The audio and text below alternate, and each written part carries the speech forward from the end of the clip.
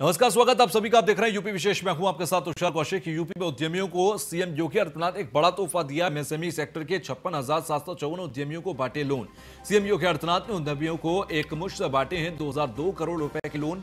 CM ने पहले से ही कर रखी थी एमएसएमई सेक्टर को मजबूत करने की तैयारी, और लॉकडाउन में भी इतनी बड़ी धनराशि का लोन देने वाला पहला राज्य यूपी बना है।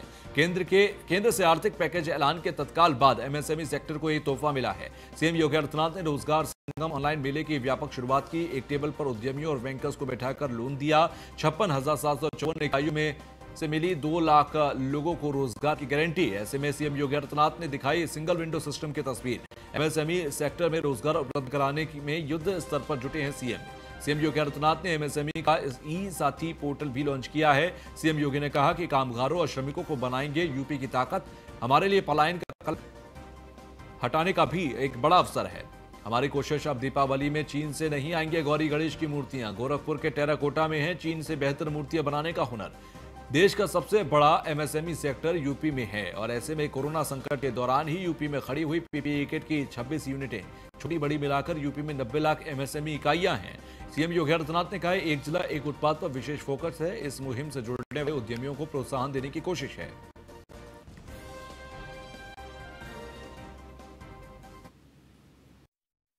अपने यहाँ के लोकल जो भी प्रोडक्ट है उसके बारे में, उसको प्रमोट करने के बारे में कुछ सोचें। और उत्तर प्रदेश में तो इस प्रकार की बहुत सारी चीज़ें हैं जिसको केवल लोकल ही नहीं, उसको ग्लोबल बनने की क्षमता उसमें है। लेकिन हम अपनी चीज़ों को समय के अनुसार उसको एक नए टेक्नोलॉजी के साथ, नई डिजाइन के साथ आगे बढ़ाने के बारे में प्रयास प्रारंभ तो करें। बहुत संभावनाएं हैं, बहुत पोटेंशियल है, और हमें इस पे आगे कार्य करना चाहिए। और इस दिशा से आज एमएसएमई ई साथी पोर्टल भी लॉन्च हुआ है आप सबकी मदद करने के लिए। देखिए, लॉकडाउन है, लेकिन लॉकडाउन में टेक्नोलॉजी का उपयोग करते हुए कैसे बेहतर कार्य किया जा सकता है, या एमएसएमई और बैंकर्स कमेटी ने मिलकर के, एसएलबीसी ने मिलकर के जो तय किया, एक साथ 56,754 लाभार्थियों को लोन, उन्हें ऑनलाइन ये सारी सुविधाएं उपलब्ध करा दी जा रही है। यानी अगर हम ये कहते हैं कि भीड़ लगाते, जगह जगह मेला लगाते, लोग बोलते लॉकडाउन को तोड़ रहे हैं, लेकिन बैंकों ने मिलकर के विभाग के साथ बेहतर समन्वय बनाया और ऑनलाइन जो व्यवस्था की, उसके तहत 56,000 से ज़्यादा लोग एक साथ 2002 करोड़ रुपए का लोन एक साथ प्राप्त कर रहे हैं। जब मैं भदोही में गया तो वह एक उपेक्षित क्षेत्र था, लेकिन भदोही की कालीन आज 4,000 करोड़ रुपए से अधिक की कालीन एक्सपोर्ट होती है।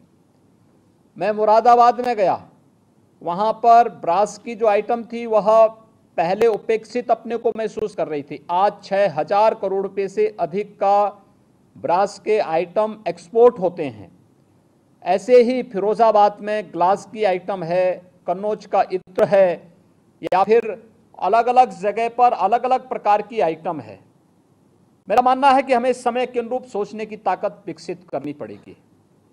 और मैं इस बात को कहता हूं क्योंकि जब गोरखपुर का टेराकोटा इसके लिए चयन हुआ, लोगों ने कहा टेराकोटा में क्या होगा, और सब तो एक हाथी जैसा बना देते हैं, घोड़ा बना देते हैं, बाकी कुछ तो नहीं। हमने कहा इसमें बहुत कुछ छुपा हुआ है, और बहुत कुछ छुपा हुआ का मतलब आज पूरी दुनिया चीन से प्लान कर रही है, एक प्रकार से नफरत से कर रही है। पूरी दुनिया जिस वैश्विक महामारी को झेल रही है, हर व्यक्ति इस बात को देख रहा है कि इसके पीछे कहीं ना कहीं चीन उसके पीछे है। उन स्थितियों में आखिर हमारे यहाँ दीपावली के अवसर पर गौरी गणेश की प्रतिमाएं चीन से क्यों आएंगी? क्या ये गोरखपुर का टेराकोटा इसकी आपूर्ति नहीं कर सकता? क्या हम उनको डिजाइन दे देंगे और उस डिजाइन के माध्यम से वह अगर उसको देंगे तो बेहतर, चीन से बेहतर प्रोडक्ट देने की क्षमता उनके पास है। दुनिया के अंदर बांसुरी जो बजती है, ये बांसुरी कहीं और नहीं बनती है, उत्तर प्रदेश के पीलीभीत में बनती है। ये ढोलक दुनिया के अंदर कहीं नहीं बनता, ये उत्तर प्रदेश के अमरोहा में बनता है। हमने उसको पहचानने की ताकत हमारे पास होनी चाहिए और हम लोगों को उसको नए सिरे से आगे बढ़ा करके हम लोग अगर उसको प्रोत्साहित कर लें तो बहुत बड़ा कार्य होगा। ये संभावना उत्तर प्रदेश के अंदर है और मुझे प्रसन्नता है कि इस बार तो गोरखपुर के टेराकोटा को के जीआई प्रोडक्ट में उसको शामिल किया गया है। ये अपने आप में उसको एक बौद्धिक संपदा का अधिकार उसे प्राप्त होने के बाद वह वैश्विक मान्यता उसे प्राप्त होगी। तो ब्यूरो चीफ विक्रम सिंह हमारे साथ जुड़ गए हैं। विक्रम, एक बड़े स्तर पर देखें जिन बातों का जिक्र सीएम योगी आदित्यनाथ ने किया कि एक बड़े स्तर पर टेराकोटा का जिक्र कर लीजिए, या बहुत सारा पोटेंशियल है उत्तर प्रदेश के अंदर जो अभी तक सामने नहीं आए लेकिन अब सामने आएगा। किस तरीके से ग्राउंड पर ये एमएसएमई को जो लोन दिए गए वो उस तस्वीर की तामील करेंगे? देखिए, बिल्कुल कहीं ना कहीं अगर बीजेपी सरकार की बात की जाए तो जब से बीजेपी सरकार आई है तब से लगातार जो जमीनी स्तर के जो उद्योग हैं उनको बढ़ाने का काम लगातार सरकार द्वारा किया जा रहा है और इसी क्रम में आज ये एक बड़ी शुरुआत सरकार द्वारा की गई है। पहले से ही इन सब चीजों को बड़े स्तर पर बढ़ावा देने के लिए मुख्यमंत्री योगी आदित्यनाथ ने कई काम किए हैं। एमएसएमई के लिए भी आज एक बड़ी शुरुआत कही जानी चाहिए। जिस तरीके से मुख्यमंत्री योगी आदित्यनाथ ने आज अपने अभिभाषण में चीज साफ की कि उत्तर प्रदेश में बड़ा पोटेंशियल है, कई जगहों पे ऐसी चीजें हैं जो पूरे विश्व में फेमस है और वो सिर्फ उत्तर प्रदेश बनती हैं। जिस तरीके से उन्हें बांसुरी और ढोलक का जिस तरीके से नाम दिया, पीलीभीत और अमरोहा का जिस तरीके से उन्हें उदाहरण दिया, साफ तौर पर यह चीज क्लियर करती है कि मुख्यमंत्री जी एक छोटी छोटी चीजों पर भी अपना पूरी नजर बनाए हुए हैं और वो चाहते हैं कि जो रोजगार है, जो स्वरोजगार सृजन की बात लगातार मुख्यमंत्री द्वारा की जाती है, वो बड़े स्तर पर आगे बढ़े। इसी को एक बड़ी शुरुआत आज की मानी जा रही है, जिसमें कि लगभग जो 56,754 उद्यमियों को 2,002 करोड़ के लोन जिस तरीके से बड़े स्तर पर दिए गए हैं, ये पूरी तरीके से साबित करता है कि अब प्रदेश में जो एमएसएमई की लगातार बातें की जाती थी, जो एमएसएमई को बढ़ाए जाने की बातें की जाती थी, लेकिन अब वो पूरी तरीके से जमीनी स्तर पर दिखेगा। और सबसे बड़ी चीज ये है कि किसी भी उद्यम को बढ़ाए जाने के लिए जिस तरीके से श्रमिकों की जरूरत होती है, अलग अलग प्रदेशों से इस समय जो श्रमिक भी प्रदेश में आ रहे हैं, उनके लिए भी एक बड़ा रोजगार का मौका होगा जब एमएसएमई बड़े स्तर पर बढ़ेगा और उनको रोजगार मिलेगा। जो श्रमिक आ रहे हैं उनको रोजगार मिलेगा और उन्हीं के क्षेत्र में रोजगार मिलेगा।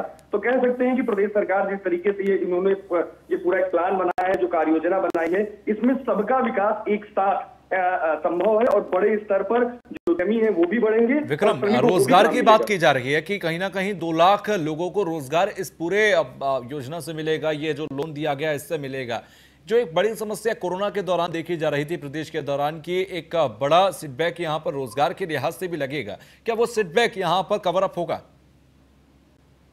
जी देखिए, बिल्कुल कहीं ना कहीं साफ तौर पर ये पहले से उम्मीद लग रही थी कि जिस तरीके से कोरोना महामारी हर जगह पर फैली है, उस बीच में किस तरीके से रोजगार सृजन होगा, किस तरीके से श्रमिकों को काम दिया जाएगा, सबके मन में कहीं ना कहीं एक डाउट था। लेकिन जिस तरीके से ये कार्य योजना बनाने के मुख्यमंत्री ने निर्देश दिए थे, लॉकडाउन 2 के समय ही ये निर्देश दे दिए गए थे कि पूरी तरीके से एक ऐसी कार्य योजना बनाया जाए जिसमें कि कोरोना की गाइडलाइंस को फॉलो करते हुए एमएसएमई को बढ़ाया जा सके। जैसे जैसे केंद्र सरकार के द्वारा ढील दी गई, उद्यमियों को ढील दी गई, लॉकडाउन में थोड़ी रियायत की गई, उसके साथ ही साथ उत्तर प्रदेश ने भी अपनी पूरी कार्य योजना को जमीन स्तर पर उतारना शुरू किया और उसी का कारण है कि वो कार्य योजना के चलते आज एक बड़े स्तर पर ऐप का भी लॉन्च हुआ है और जो लोन का भी वितरण किया गया है। इससे बड़े स्तर पर रोजगार सृजन तो होगा ही होगा, साथ ही साथ उद्यमियों को भी आगे बढ़ने का बड़े स्तर पर मौका मिलेगा। और जो कोरोना को लेकर जो एक डर था लोगों में कि नए उद्यम है, जो छोटे उद्यम है, वो कहीं ना कहीं बंद हो जाएंगे या कोई परेशानी आएगी, वो डर कहीं ना कहीं उद्यमियों के मन से आज खत्म हो गया है। जी चलिए, बहुत बहुत शुक्रिया हमसे जुड़ने के लिए और बातचीत करने के लिए। तो विक्रम हमारे साथ जुड़े हुए थे और साफ तौर पर एक बात साफ है कि एमएसएमई सेक्टर को इतना बड़ा लोन देने के बाद अब यहां पर रोजगार सृजित होंगे। कोरोना के दौरान एक जो बड़ी समस्या देखी जा रही थी वो समस्या बेरोजगारी की थी और उस बेरोजगारी की समस्या को दूर करने के लिए बेहद जरूरी था एमएसएमई सेक्टर को मजबूत करना। जो इन लोन के ऑनलाइन लोन पोर्टल के जरिए जो 200 करोड़ से ज्यादा का लोन दिया गया, उससे जरूर ये सेक्टर मजबूत होगा और सेक्टर के मजबूत होने के साथ ही साथ यहां पर रोजगार भी सृजित होते नजर आएंगे। चलिए खबरों में अब आगे बढ़ते हैं। बसपा सुप्रीमो मायावती ने एक ट्वीट किया है, अभूतपूर्व कोरोना लॉकडाउन के कारण देश की चरमराई स्थिति, केंद्र की तरफ से जारी योजना का बसपा स्वागत करती है। केंद्र जमीन पर ईमानदारी से लागू करने की कोशिश करें। यूपी जैसे अति प्रभावित राज्यों को सीधे मिलनी चाहिए लाभ, जिससे गरीबों, मजदूरों को आगे पलायन करने हेतु विवश न होना पड़े। बसपा सुप्रीमो मायावती ने अपने ट्वीट में लिखा, अभूतपूर्व कोरोना लॉकडाउन के कारण देश की चरमराई स्थिति, अव्यवस्था और ध्वस्त अर्थव्यवस्था में थोड़ा सुधार के लिए केंद्र ने जो भी कदम उठाए हैं उस पर विश्वास करते हुए बसपा का यही कहना है कि इसको जमीन पर ईमानदारी से लागू करने की जी जान से कोशिश करें, तत्काल शुरू कर दें और साथ ही लाचार मजलूम करोड़ों प्रवासी मजदूरों के लिए जो 1000 करोड़ रुपए की घोषणा की गई वो यूपी जैसे अति प्रभावित राज्यों को सीधे मिलनी चाहिए ताकि ये उनके अपने पांव में पड़े हुए छाले और खड़े होने की वास्तविक सहारा बन सके। फिलहाल मजदूरों और गरीबों को आगे पलायन करने हेतु विवश न होना पड़े, इसलिए जरूरी है कि सीधे तौर पर फायदा मिले। तो मायावती की तरफ से ट्वीट किया गया। ट्वीट कर उन्होंने उत्तर प्रदेश को सीधा फायदा देने की मांग की है। तो वहीं लॉकडाउन के दौरान राजधानी में मिली है छूट के बाद भारी संख्या में लोग सड़कों पर निकले हैं। लॉकडाउन के दौरान पहली बार ट्रैफिक सिग्नल पर चल रहे हैं चौराहे। अनावश्यक निकलने वालों की गाड़ियों के किए जा रहे हैं चालान। बाहर निकलने वालों से की जा रही है सोशल डिस्टेंसिंग बनाए रखने की अपील। तो अब छूट मिलने लगी है और लखनऊ के अंदर राजधानी की छूट मिलने से जो तस्वीर सामने आई है वो ये है कि अब ट्रैफिक सिग्नल्स चालू हो गए हैं। जो चौराहे अब तक खाली पड़े रहते थे, इक्का दुक्का गाड़ियां वहां से गुजरती थी तो सिग्नल बंद थे। अब ऐसे में वो ट्रैफिक सिग्नल वापस चालू किए गए हैं। लॉकडाउन 3 लगातार जारी है और आज उसका 11वां दिन है। प्रधानमंत्री ने लॉकडाउन 3 की भी घोषणा की थी। उसके बाद जब प्रधानमंत्री ने एक बार फिर संबोधित किया तो लोगों को बताया कि लॉकडाउन 4 भी हो सकता है होगा और लेकिन वो नए शर्तों के साथ होगा। इस समय हम हजरतगंज चौराहे पर मौजूद हैं। अमूमन इस चौराहे पर पिछले अगर दिनों की बात करें सन्नाटा पसरा रहता था, लेकिन आज की स्थिति है कि ट्रैफिक जो है वो चलाया जा रहा है। जो लाइटिंग होती है ट्रैफिक की वो ऑन है। लोगों की भारी भीड़ है। अमूमन जैसे देखा था पहले की काफ़ी भीड़ होती थी उसी तरह से लोग निकल भी रहे हैं। चाहे कार की बात करें, साइकिल की बात करें, मोटरसाइकिल की बात करें, लोग घरों से बाहर निकल रहे हैं। निश्चित तौर पर जिस तरह से धीरे धीरे चीज़ों में छूट दी जा रही है और प्रधानमंत्री का जो अंतिम संबोधन था देश के नाम, उसमें कहा भी गया था कि लॉकडाउन 4 भी होगा लेकिन कई शर्तों के साथ नए प्रारूप में होगा। निश्चित तौर पर अगर लखनऊ की बात करें, तमाम जो पुलिसकर्मी हैं वो अभी भी सतर्क हैं, लगातार जांच भी कर रहे हैं कि किस तरह से जो वाहन है वो कोई डबल जो सीट है मोटरसाइकिल उस पर 2 लोग ना बैठे हों, साथ ही साथ जो 4 पहिया वाहन गाड़ी होती हैं उनमें 2 से ज़्यादा ना हो।